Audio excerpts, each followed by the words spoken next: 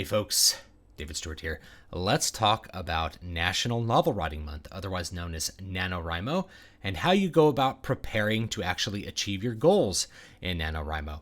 Before I go any further, let me tell you that I'm going to do a live stream on this tomorrow, Halloween, at about 5:30 p.m. Eastern, so you can adjust that to your local time. The event should be linked in the description, and it's also linked on my social stream on YouTube and Twitter and wherever else you may be following me.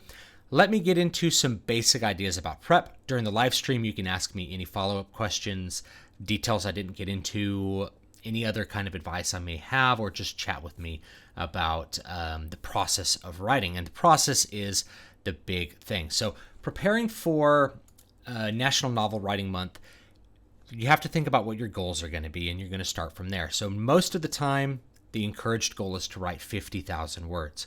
50,000 words is a lot if you've never written 50,000 words before.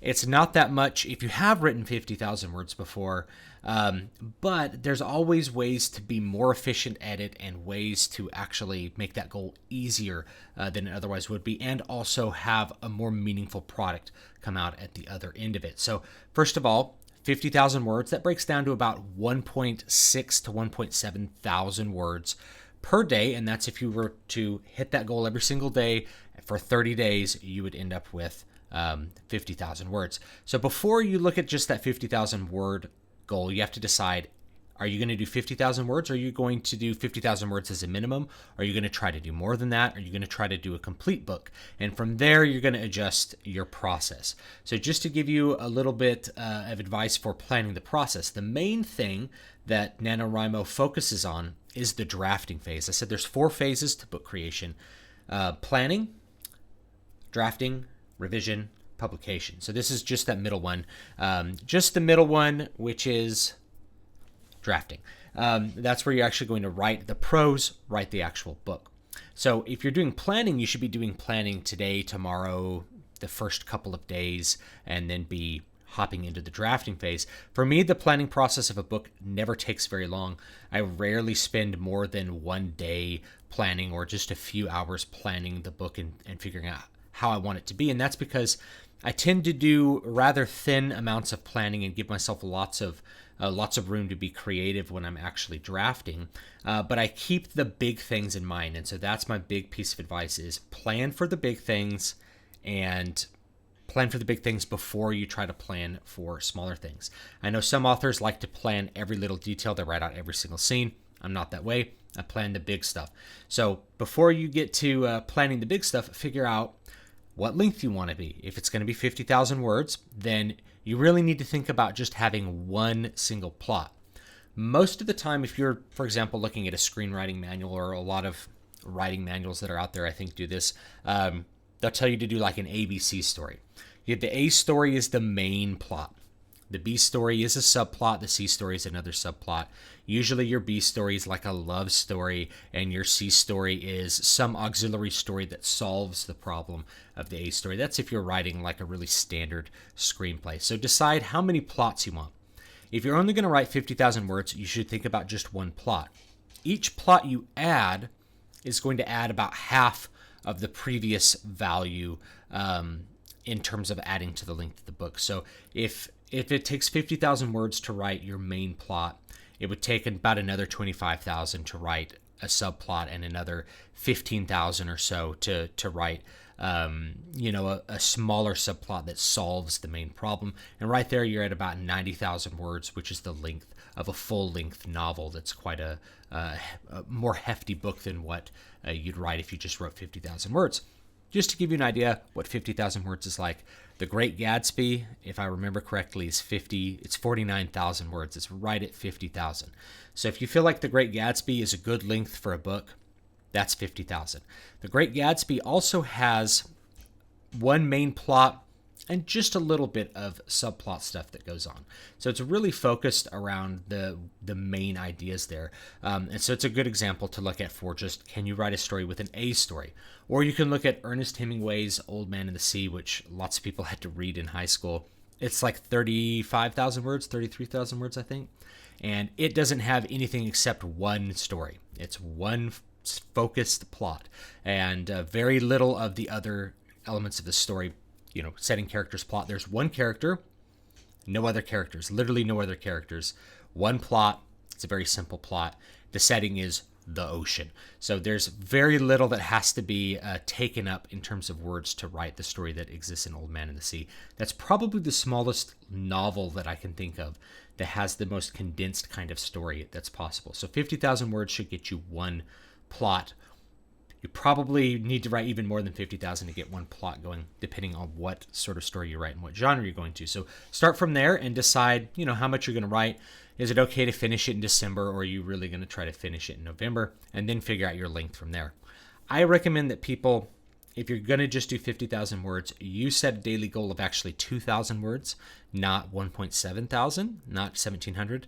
And that's because you're going to miss a couple days. Stuff's going to happen. You're going to have Thanksgiving. Something might come up. You may get sick. You may have to take a day off. So you want to have that buffer built in by having a little higher word count goal. And once you're there, you're at the process, right?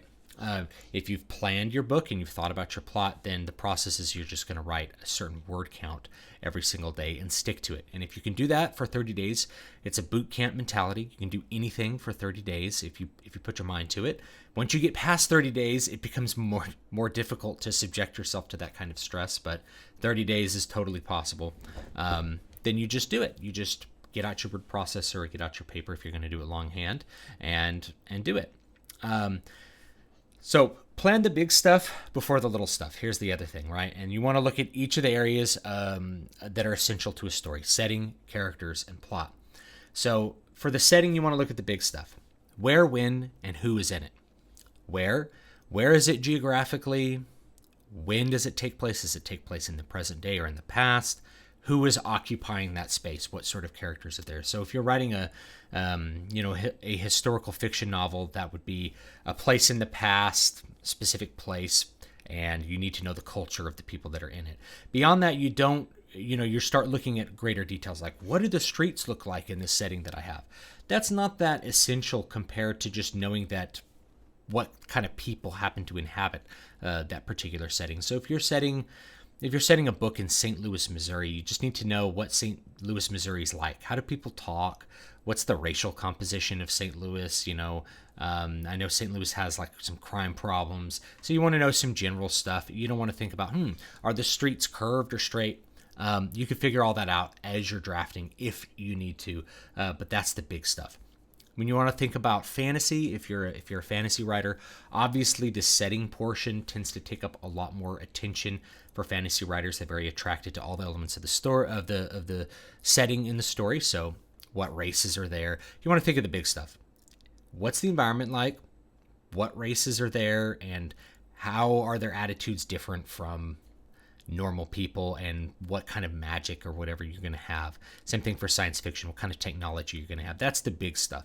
You don't need to think about the details of like, I think they have curved noses, and I imagine this race has yellow eyes. It's like you can figure that out as you go. You want to get the big stuff down. You don't need to think about the monetary system that you're employing in your story right away, unless the monetary system is some central feature or idea of your story as you see it. So think of the big stuff. Next thing, characters. It's really helpful to think of archetypical characters or archetypal characters when you just want to think of the big stuff. Is your protagonist an everyman, or is he something else? Is he a bad boy? Who's accompanying him? Does he have a best friend that's a bad boy? Is he an anti-hero? What are these big categories you can put the character into? Because that's going to drive everything that you're going to want to think about with having the character act in the story. What's most important when you're considering characters is how they act, not what they look like, not how tall they are, not what their skin color is, unless that's super relevant in the story even. Does he have blue eyes or gray eyes? None of that really matters. What matters is what they do in the story. So some people really like to sit down and think of their characters for long times, maybe even like draw them. Like, I imagine his hair's like this, and he has, he wears clothes like this, and his jacket's slightly torn. You can think of that stuff. You can write it down if you want, but it's not that important. I would prefer to just think of it as I'm drafting. Think of the big stuff. What does he do? Does he have a redemption arc, or does he have a tragic arc? what's going to happen to him in the story, and how would he react to the ideas that I have in the story. That's what you want to think for characters. Lastly, for plot, big ideas for plot. What are the plot goals for each of your plots? If you're going to have a main plot and subplots, what are the plot goals? A typical plot goal would be, I have to beat the bad guy. I have to throw the ring into Mount Doom. There's some goal that's associated with the conflict. People tend to focus on the conflict, but I like to think of the goals, because the goals are what's going to actually guide how you're going to write the book and what you're going to put in there.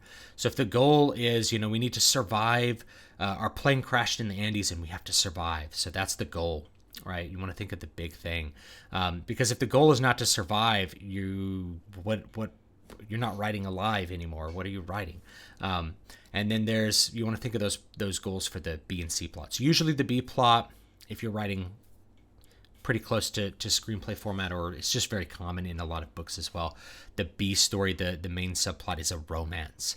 So who's going to be involved in the romance? How are they going to meet? You want to think of the stuff with that, right? Then as far as plotting out the book, you want to think about how the trajectory of the story changes and where. So what's the initial inciting incident, what people call the inciting incident? Is there a call to adventure? So what's the thing that gets the protagonist to act and have to commit to some kind of course of action? What's that first big thing that happens in the story? And where do you want to put it? Do you want to put it in there right away, or do you want to have some exposition where you introduce the character before something happens? Usually you have a little bit of exposition and then you have a big inciting incident, but more and more with contemporary fiction, you tend to lead with the inciting incident as much as possible to get people invested in the story.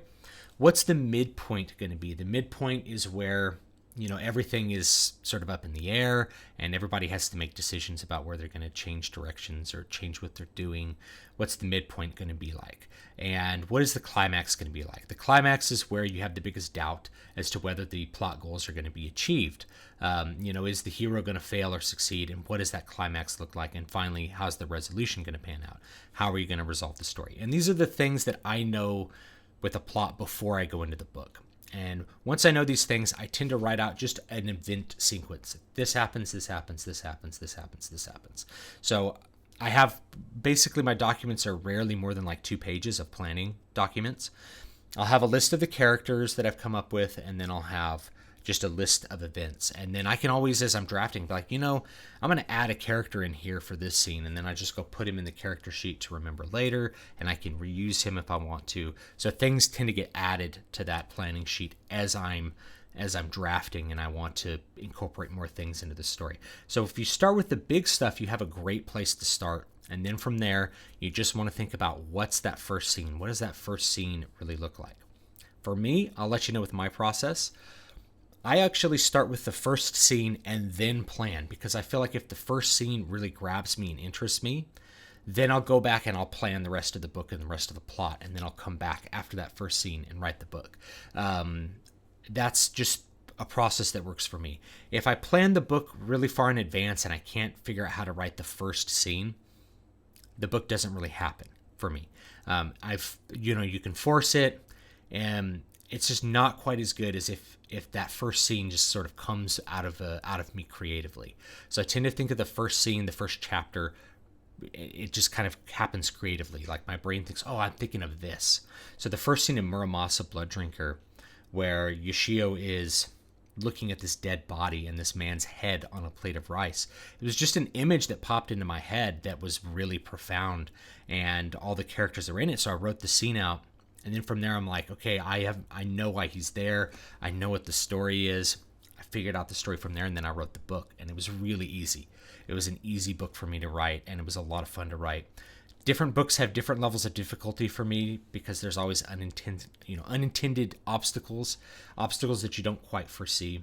But for me, if I'm starting from a creative place and then doing planning, that works best for me. So figure out what works best for you. You can try what works for me. If it doesn't work for you, that's fine. Everybody's different.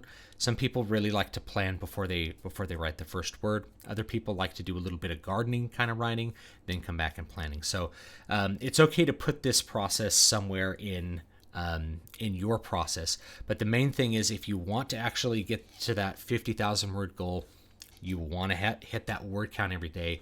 If you want to hit the word count every day, you need to know what happens next in your story. And so that means planning.